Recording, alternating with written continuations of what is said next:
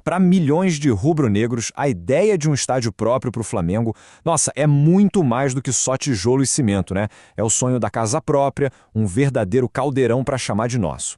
Só que, como em todo grande sonho, o caminho até a realidade, bem, ele pode ser cheio de surpresas. Vamos entender essa história direito. E tudo começou com essa visão. Uma visão empolgante, né? Um estádio super moderno ali no terreno do gasômetro. Seria o novo lar da nação rubro-negra. A promessa era essa, uma arena gigante que finalmente refletiria o tamanho do clube. E é aqui que a história começa a virar. Porque quando a nova gestão do clube mandou analisar o projeto a fundo, a coisa mudou de figura. Começaram a aparecer umas falhas bem críticas que poderiam de verdade colocar a saúde financeira do Flamengo em risco. Então, para garantir que esse sonho não virasse um pesadelo, a gestão foi atrás de gente de peso, contratou a Fundação Getúlio Vargas, entre outros especialistas, para fazer um pente fino, um estudo de viabilidade completo. A ordem era clara: vamos construir sim, mas sem comprometer o futebol. E claro, sem precisar vender o clube para isso. E o que essa turma descobriu? Que o projeto original, ele estava com a base meio frágil, sabe? Os problemas eram sérios e apareciam em todo canto. Desde a grana para construir até o tempo que ia levar para ficar pronto. Vamos dar uma olhada em cada um desses pontos. Vamos começar com a parte que talvez mais assuste: o dinheiro. A análise mostrou que o orçamento inicial não era só otimista, ele era perigosamente baixo. E aqui os números falam por si. Dá uma olhada nessa diferença. O plano original, aquele do sonho, falava em 1,9 bilhão de reais. Mas aí veio a análise da FGV, botando na conta a inflação, imprevistos, tudo, e o custo real pulou para 3,1 bilhões. A gente está falando de mais de 1 bilhão de reais de diferença. É muita coisa. Então, o número que importa é esse, 3,1 bilhões de reais. E esse valor todo inclui uma coisa que o plano antigo tinha simplesmente deixado de fora, o tal do custo de capital. De um jeito simples, é o custo do dinheiro ao longo do tempo, sabe? Os juros, o retorno que um investimento desse tamanho precisa ter. Ignorar isso é como construir uma casa sem colocar na conta o custo do financiamento do banco. Não fecha. Bom, se os custos estavam para baixo, as previsões de como pagar a conta estavam lá em cima. Superestimadas. O plano contava com um dinheiro que, segundo os especialistas, simplesmente não ia entrar. Pelo menos não na velocidade e no volume que eles estavam esperando. E aqui a gente vê o tamanho do problema em detalhes. O plano original previa um ingresso médio de quase R$ 200. Isso é mais que o dobro da média de hoje. Também imaginavam um estádio com 30% de assentos premium, o dobro do Maracanã, ou seja, um perfil bem elitizado. Para piorar, contava com valores de naming rights e dos CPICs, que são os créditos de construção, muito, mas muito acima da realidade. A FGV, por exemplo, recalculou os CPICs de 552 para 194 milhões, uma diferença brutal.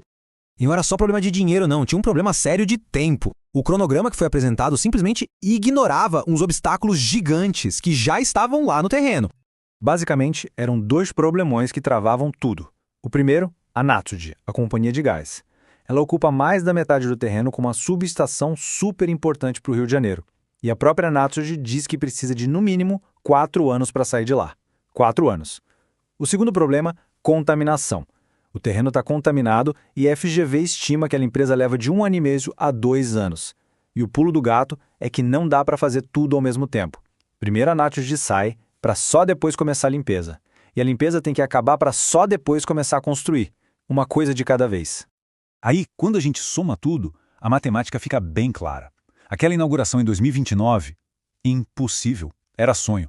Contando a saída da Naturgy, a descontaminação e mais uns 3 anos de obra, a entrega do estádio só iria acontecer, na melhor das hipóteses, lá para 2034, 2036. Mas o legal é que essa análise toda não serviu só para apontar problema. Serviu principalmente para criar uma solução.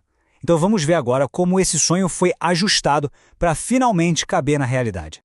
O novo projeto, então, é muito mais pé no chão. A capacidade foi otimizada para 72 mil pessoas, mas com bem mais espaço para o torcedor comum, menos assentos VIP. O custo total, já com tudo dentro, caiu para 2,2 bilhões e o prazo de conclusão agora é realista. Ou seja, é um estádio pensado para ser a cara do Flamengo, de verdade. Tá, mas e para pagar a conta? A estratégia agora é usar a própria força financeira do clube. A ideia é criar uma espécie de poupança interna, usando o crescimento das receitas do Flamengo para financiar o projeto aos poucos, sem fazer nenhuma loucura e, o mais importante, sem prejudicar o time em campo. Então, o caminho é esse. Primeiro, gerar recursos próprios. Segundo, aproveitar o aumento natural das receitas do clube, que vem crescendo. E terceiro, a regra de ouro, garantir que essa busca pelo estádio não tire um centavo sequer do futebol. O desempenho em campo continua sendo a prioridade número 1. Ok, com um plano realista na mão, o trabalho está só começando. A jornada ainda é longa, viu? Tem muita etapa burocrática e técnica pela frente. A rota agora está traçada. No curto prazo, a missão é resolver a saída da Naturgy e conseguir todas as aprovações na Prefeitura e na Câmara.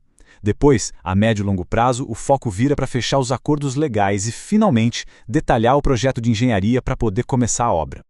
Essa análise técnica toda foi, sim, um banho de água fria no começo, mas também trouxe um mapa, um caminho. Aquele sonho apaixonado e meio fora da realidade deu lugar a um projeto que parece viável.